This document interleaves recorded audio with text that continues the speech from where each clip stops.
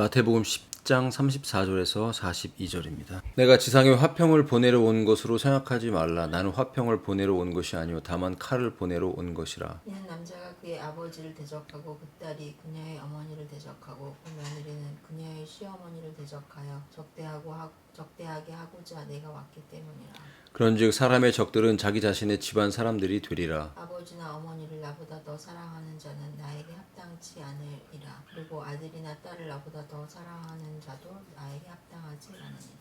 그리고 자기 십자가를 지지 않으면서 나를 뒤따르는 자도 나에게 합당하지 않으니라. 자기 생명을 찾는 자는 그것을 잃을 것이요 나를 위하여 자기 생명을 잃는 자는 그것을 찾을 것이라. 너희를 받아들이는 자는 나를 받아들이며 나를 받아들이는 자는 나를 보내신 그분을 받아들이느니라. 이 마태복음에서 이 선교사, 하나님의 말씀을 증거하는 이제 선교사들의 자세, 그리고 그들에게 임할 일들, 그리고 그들에게 주어지는 보상, 이런 것들에 대해서 이제 계속 말씀을 해주시고 계신데, 10장 34절에 보면 내가 화평을 보내러 온 것이 아니고 칼을 보내러 온 것이라는 좀 그런 말씀을 해주시고 계신데, 보통 우리가 예수님이 이제 탄생기사 이런 부분들을 보면은 땅에는 이 화평이 주어진다고 분명히 말씀하거든요. 평강의 왕이고. 그런데 왜 이렇게 말씀을 하시는지 좀 우리가 이제 어렵게 생각할 부분이 있죠. 왜 화평이 아니라 칼을 보내러 온 것일까? 사실 이 세상에 있는 화평은 하나님 없이 누리는 화평하게 보이는 모든 그런 것들의 결과는 아직 죄가 해결되지 않은 그런 삶의 결과들은 겉으로 볼 때는 화평하게 보이지만 이미 하나님과 관계가 깨져 있기 때문에 화평한 것이 아니고 그렇게 살아가는 삶의 결과들. 근데 예수님이 오시기 전에 하나님 없이 죄 가운데 있는 인간의 삶이라는 것은 아무리 화평하게 보인다 할지라도 그 삶의 결과는 하나님과의 영원한 분리고 그리고 지옥이라고 성경은 분명히 말씀해주고 있습니다. 근데 사실 이 세상의 정치인들이 오래전부터 평안을 원한다, 평강을 원한다 이라고 얘기했지만 이 세상 자체에 평강이라는 것은 잠시 잠깐이지 진정한 평강, 진정한 평화 이런 것들은 없었다고 보여집니다. 대한민국도 이제 자유 대한민국이 된 이후로 북한과 갈라져서 그동안 참 그래도 평안하게 민주주의란 이름으로 물론 그 안에 많은 불법과 그 안에 많은 부당함이 있었지만 그럼에도 불구하고 인류 역사가 예수님 이후로 물론 그 전부터 보면 고난과 고통과 피 흘림과 착취와 고통 그리고 특히 예수님을 믿기 때문에 겪는 그런 고난과 핍박은 늘 있어 왔죠. 지금 현대교회들은 아마 좀 이해가 안 될 거예요. 우리가 누리고 있는 이 평안들이 원래 그런 것처럼 생각할지 모르겠지만 참 드문 것이고 이것도 역시 유통기한이 있다라는 생각이 듭니다. 조만간 요한계시록이 말씀하는 것처럼 적그리스도 짐승의 체제가 온 세상을 덮을 때는 사람들이 신앙적 양심과 자유가 파괴되고 내가 스스로 선택할 수도 없고 짐승의 우상, 사탄의 종자들에게 머리를 조아리지 않으면 먹고 살 수 없는 그런 시대가 이제 다가오고 있습니다. 그럼 어쨌든 지금 우리가 살고 있는 세상은 그나마 그래도 어느 정도는 자유가 보장되고 그 자유마저도 이제 많이 박탈되고 있죠. 사람들의 사유재산이 정부의 주머니로 들어가고 내 재산도 뭔가 배급받듯이 통제받는 나눠주는 그런 시대로 기본소득이라는 좋은 이름을 갖고 있고 명목을 갖고 있지만 실제로는 그것이 우리를 풍요롭게 하거나 정말 이 세상에 화평을 주거나 하는 그런 시스템으로 결코 가지 않을 거라고 성경은 기록하고 있습니다. 근데 반대로 내가 화평을 보내러 온 것이 아니고 칼을 보내러 온 것이라고 말씀하신 주님은 진정 화평의 왕이 분명합니다. 비록 이 땅에 주님이 재림하시기 전에는 그 모습이 명확하게 드러나지 않을 것이에요. 그러나 그 왕국이 가까이 왔다고 회개하라고 말씀하시는 그 말씀을 들으면 가까이 온 거죠. 그리고 그 왕이 오셔서 왕을 대적하는 모든 자들을 제거하신 다음에 이 땅에 그 완벽한 화평, 하나님의 아들 예수님이 통치하는 그 왕국, 그것이 성경에서는 그리스도의 왕국이라고. 1000년 동안 왕노릇하리라. 너희가 주와 함께 1000년 동안이라는 그 기간 동안 왕노릇한다는 하나님의 안식을 상징하는 이 7번째 1000년, 마지막 1000년, 인간을 진정으로 안식하게 하는 그 1000년의 왕국이 오기 전까지 이 땅에는 진정한 화평은 있을 수가 없다라는 것입니다. 그리고 화평이 아니라 고난과 어려움이 있죠. 그래서 주님께서 진정한 그 화평을 이루기 위해서 예수님이 재림하시기 전까지는 그 말씀이 오셔서 우리에게 회개와 구원을 명하실 때 오히려 그 말씀이 칼처럼 우리의 심령을 찌르고 쪼개서 가족 안에 오히려 반대와 불화를 일으킬 가능성이 높다라는 것이. 왜 그러냐면 겉으로 봤을 때 그냥 가족끼리 친하고 가족끼리 화평하지만 그 안에 하나님 말씀이 없고 구원이 없다면 그것은 진정한 화평이 아니라는 것입니다. 피상적인 화평이죠. 왜냐하면 결국 그 피상적으로 보이는 그 화평이 구원받지 않은 상태에 있다 그들이 죽음을 맞이했다면 결국은 지옥의 불로 가장 불화한 길로 열매 맺게 되는 것입니다. 그렇기 때문에 주님이 오셔서 너 회개하라. 오직 예수 그리스도만이 구원이다. 라고 말씀하시면서 우리에게 회개를 명하실 때 예수님을 믿는 자는 그걸 받아들이겠지만 예수님을 믿지 않는 자는 그 말씀을 받아들이지 않죠. 그렇기 때문에 이 영원한 구원과 영원한 천국과 영원한 지옥이라는 이 두 갈래 길에서 가족들에게 다툼이 생겨난다는 것입니다.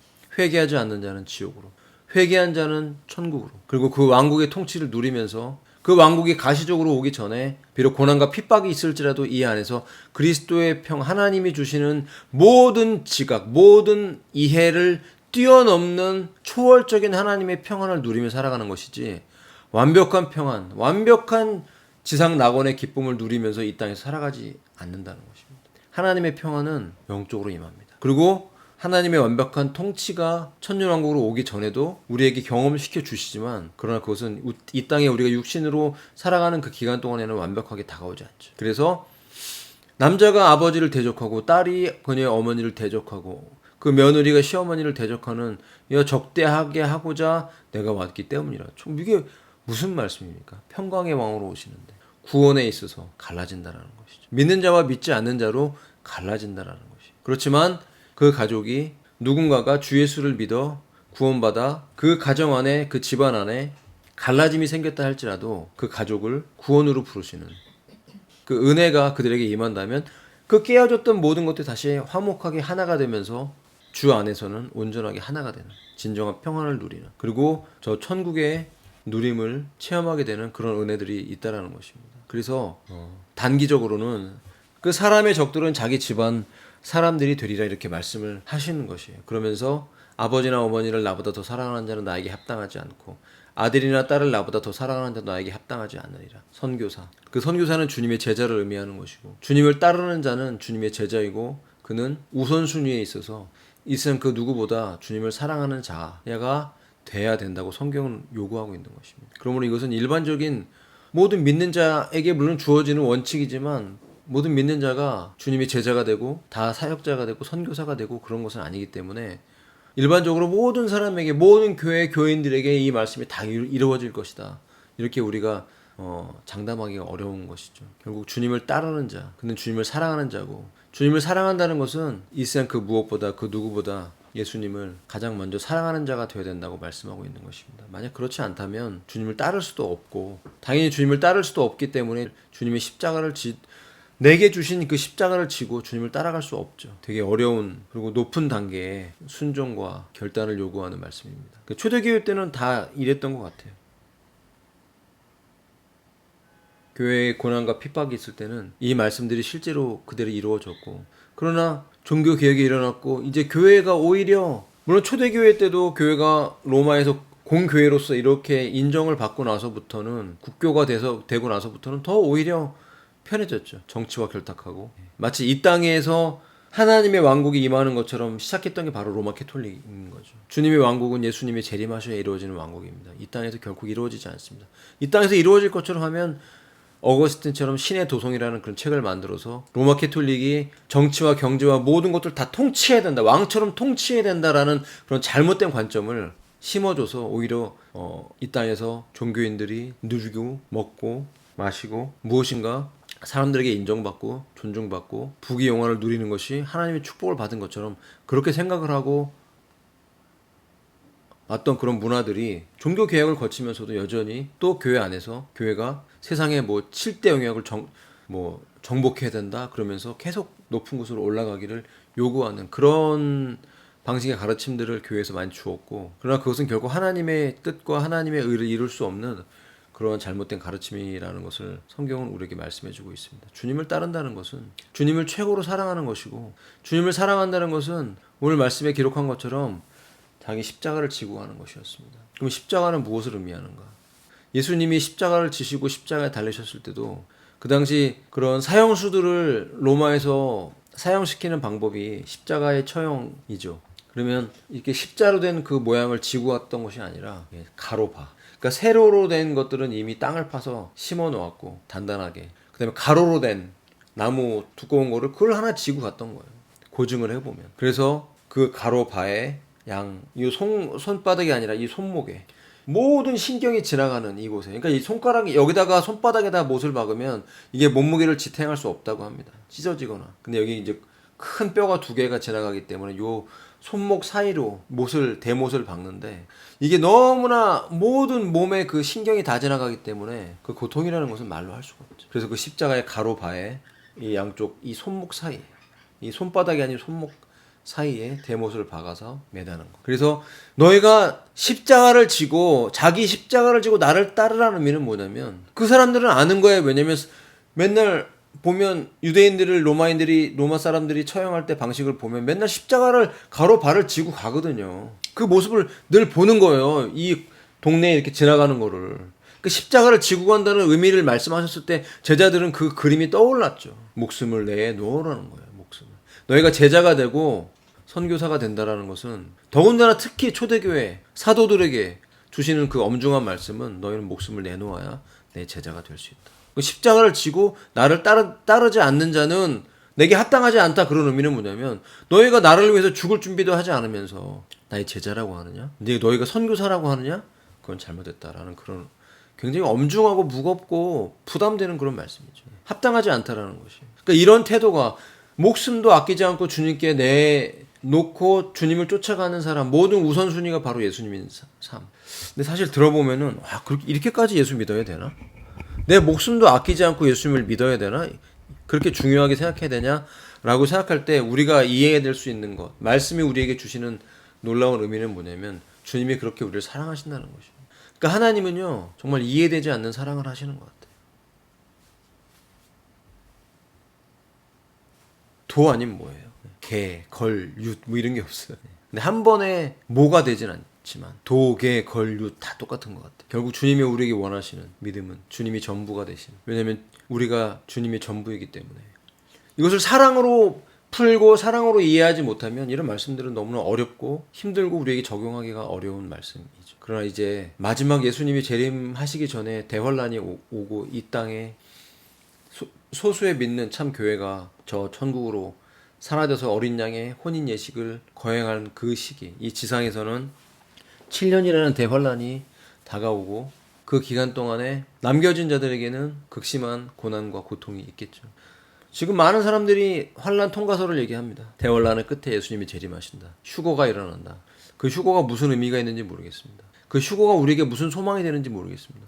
아니 대환란을 통과하면 언제 죽을지 모르고 짐승의 우상을 만들어 놓고 절하지 않으면 다 죽인다고 하는 그 상황에서 화폐도 없어지고 다 디지털 화폐로 바뀌는 이런 상황 속에서 우리가 어떻게 무슨 소망을 가지고 살아갈지, 하나님이 우리에게 소망을 주시는 것은 그 모든 환란에서 시험의 때를 면하게 하신다는 그 빌라델비아 교회에 대해 주신 말씀들을 우리가 붙잡고 그 말씀이 정말 그 환란의 시각으로부터 너희를 지켜주겠다라고 말씀하신 것은 그 환란의 시간으로부터 너희를 제해주겠다, 면하게 해주겠다는 그런 하나님의 은혜로운 소망의 약속인 것이고 너희가 그것을 준비하라는 것이지 결국 대환란에서 고난받고 대환란에서 순교하기 위해서 너희 마음 믿음을 준비해라 그런 의미로 주신 말씀은 아닐 거라고 저는 생각을 합니다. 오늘 이 말씀을 통해서 이 엄중한 말씀 39절에 보니까 자기 생명을 찾는 자는 그것을 잃을 것이고 나를 위하여 자기 생명을 잃는 자는 그것을 찾으리라. 물론 이것은 1차적으로 영적인 생명을 말하는 것이죠. 꼭 육신적 생명을 먼저 의미하는 것은 아니죠. 영적인 생명 내 안에 하나님의 생명이 있어야 우리가 영적으로 살아있는 자가 되는 것처럼 생명력 있는 삶을 살기 위해서 우리가 주님을 선택하고 주님께 순종해야 된다는 걸 말씀하고 있는 것입니다. 내 자아를 추구하고 내가 무엇인가를 이루기 위해서 그것을 먼저 추구하는 자의 삶은 결국 잃게 될 것이다. 그러나 나를 위해 자기 생명을 잃는 자, 내려놓고 포기하는 자는 결국 그것을 찾게 될 것이라는 정말 엄중한 말씀. 마치 이순신 장군이 전투에서 네가 살고자 하면 죽고 네가 죽고자 하면 살리라 했던 그런 말씀처럼 이순신 장군이 믿는 분이었나? 우리에게 주시는 엄중한 경고의 말씀인 것입니다. 근데 참 여기서 끝나면 굉장히 뭔가 무겁잖아요. 우리에게 예수 믿는 게 이렇게 주님을 따른다는 건 이렇게 어려운 일이야. 생명도 내놓아야 돼. 만약 그것만 있다면 큰 위로가 안 되겠죠. 그러나 40절부터를 보면 위로의 말씀이 주어져요. 약속이 있어요. 약속. 상이 있다라는 거예요. 누가 상을 받냐면 너희가 누구의 대리자냐? 예수님의 대리자잖아요. 우리가 주님의 복음을 전하고 선교사가 된다라는 건 주님의 대리자죠. 그럼 주님은 누구의 대리자냐면 아버지의 대리자인 거죠. 하나님 아버지의 대리자로 오신 거잖아요. 그래서 우리가 예수님을 받아들였을 때 아버지를 받아들인 거죠. 그러면 그 말씀, 예수님의 말씀을 가지고 온 사람은 아버지를 받아들인 건데 그 예수님의 말씀을 가지고 온 사람을 받아들인 것은 그들의 말을 받아들인 거죠. 그들이 갖고 있는 하나님의 말씀을 받아들인 사람은 그렇게 제자를 영접하는 거죠. 예언자의 이름으로. 뭘 예언합니까? 하나님의 약속, 하나님의 말씀을 예언하는 사람. 그를 그 예언자의 이름으로 그가 갖고 있는 예언의 말씀, 하나님의 말씀을 받아들인 사람은 그 상을 받을 거라는 거예요. 받아들인 사람. 의로운 사람의 이름으로. 구원받아서 죄가 사함받고 하나님의 자녀가 된 그 사람의 이름으로 그 사람을 받아들인 사람. 결국 어디까지 올라가냐면 아버지 하나님께로까지 올라가는 거죠. 하나님의 사람을, 그 메시지를 받아들인 사람은 예수님을 받아들인 것이고 예수님을 받아들인 사람은 아버지를 받아들인 것이고 결국 그 아버지가 계신 그 천국에 언젠가 가게 될 것이고 그 천국에 자기의 집을 마련하는 사람이 될 것이라는 것입니다. 얼마나 많은 사람들이 자기 집을 살려고 애씁니까? 집값이 비싸서 젊은 사람들이 집 하나 마련하기가 너무나 어려운 시대. 부는 대물림되고 가난한 사람 너무나 어렵고 이 땅에 살면서 무슨 희망을 가지고 내 집 한 칸 마련하기 위해서 영혼을 다 모아서 끌어다 그래서 영끌이라고 그러는데 그걸 또 이자를 올린다고 하니 이 땅에서는 만약 큰 부가 대물림되지 않은 이상 그런 근사한 집을 마련해서 저 푸른 초원 위에 그림 같은 집을 짓고 사랑하는 우리님과 한 100년 살고 싶은 그런 꿈을 이룰 만한 사람이 몇 명이나 될까? 청년들이 소망이 없대요, 요새. 희망이 없는 거예요. 내가 잘 살 수 있는 내 노력으로 해서 무엇인가를 밥 먹고 살기도 힘든 거예요. 독립해서. 월세 내고. 그래서 일도 안 하고 알바했다가 쉬고 좌절하는 청년들이 많다고 합니다. 그럼 아무것도 하지 말라. 이 땅은 대충 살아도 된다. 뭐 그런 의미는 아니지만 우리의 진정한 소망은 우리에게 상을 주시고 우리의 삶에 대한 그 일생의 삶에 대한 하나님을 사랑했던 삶.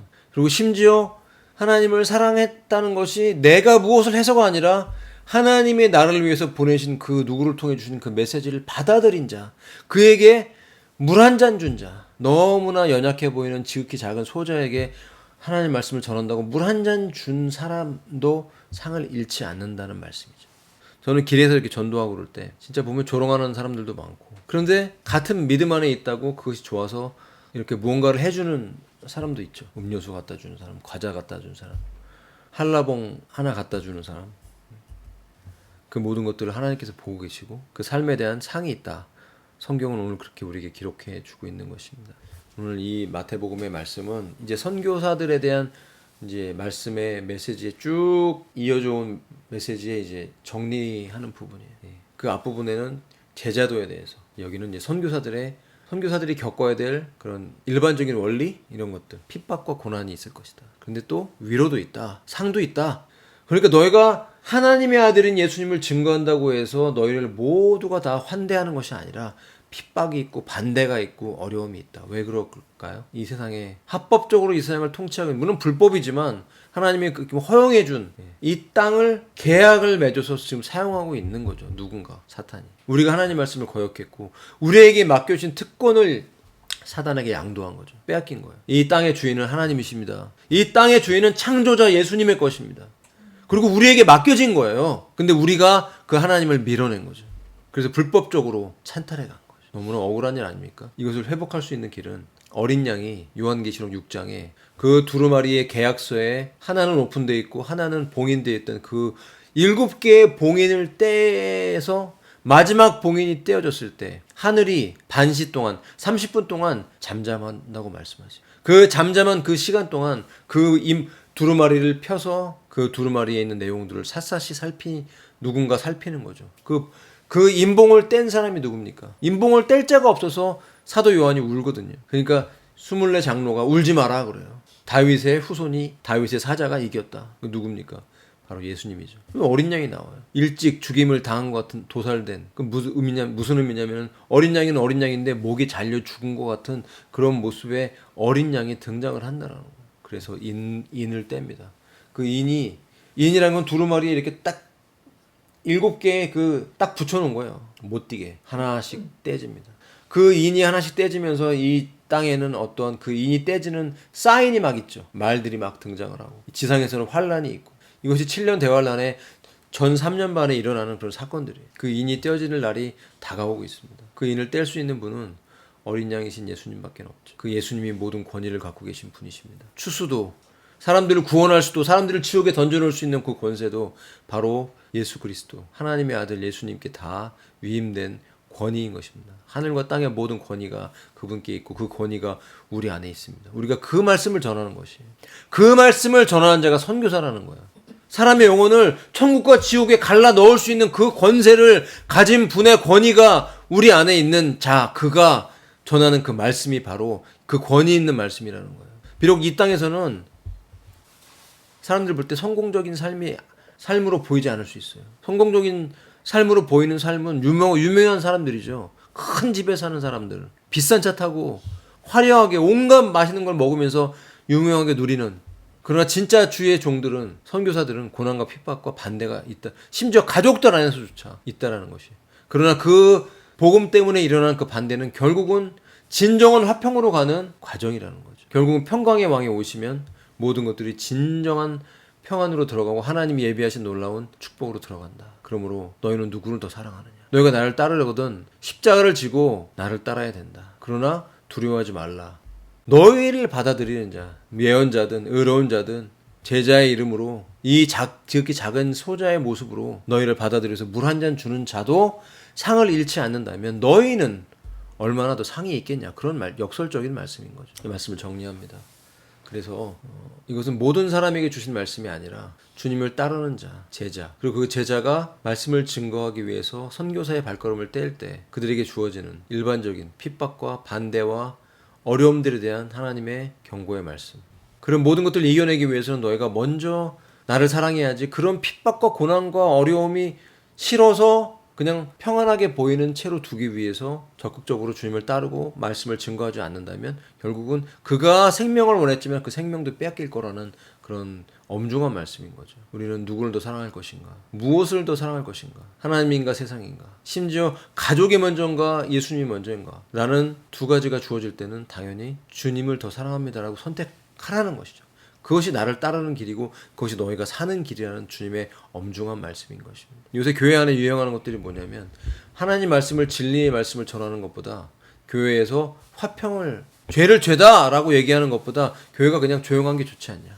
교회가 하나가 되는 게 좋지 않냐라고 얘기합니다. 주님이 뭐라고 그러실까요? 너희가 나를 사랑하면 십자가를 지고 나를 따라라. 고난과 핍박이 다가와도 반대가 있고 시끄러운 일이 있어도 하나님의 말씀이 그렇다고 말하면 너희가 순종하라는 말씀이죠. 그런데 지금 교회들은 너무나 잠자고 있습니다. 왜냐하면 화평이 좋은 거예요. 인간적 화평. 예. 근데 말씀은 검으로 들어와서 우리를 찌르고 있는데 우리는 찔리고 회개하기보다는 그냥 조용한 게 좋은 거예요. 상처 안 받고 적당히 살다가 결국 그 모습은 생명을 빼앗긴 짓밟힌 땅에 세상에서 짓밟히는 소금과 같은 그런 교회의 모습이 된다면 당연히 어쩔 수 없이 대환란에 남겨질 수밖에 없는 것이죠. 그래서 대환란에도 성도가 있는 거예요. 성도가 나오거든요. 근데 교회는 없어요. 이 차이를 이해하지 못해요. 교회의 권위는 다 깨졌기 때문에 교회는 이미 사라진 것이고 이미 주님 보실 때는 교회가 아닌 것이 되면 교회라고 칭하지 않는 거죠. 남겨졌어도 교회가 아닌 거예요. 그냥 성도라고 얘기하는 거예요. 믿긴 믿으니까. 근데 세상과 양다리 걸치고 있어서 주님을 최고로 사랑하지 않으면서 나는 왜 환란에 남겨졌을까라고 얘기한다면 무슨 말을 하겠습니까? 그러므로 이 엄중한 교회를 향한 하나님의 말씀을 이 시대의 교회들이 정말 저는 받아야 될 거라고 생각합니다. 전해야 되고 이 말씀들이 증거되도록 기도하고 선포하고 우리가 먼저 이 말씀의 원칙대로 살아가면서 주님을 최고로 사랑하는 이러한 부르심에 겸손하게 순종될 수 있는 저와 여러분 되시기를 예수님의 이름으로 축복합니다. 우리 함께 기도하는 시간을 갖겠습니다.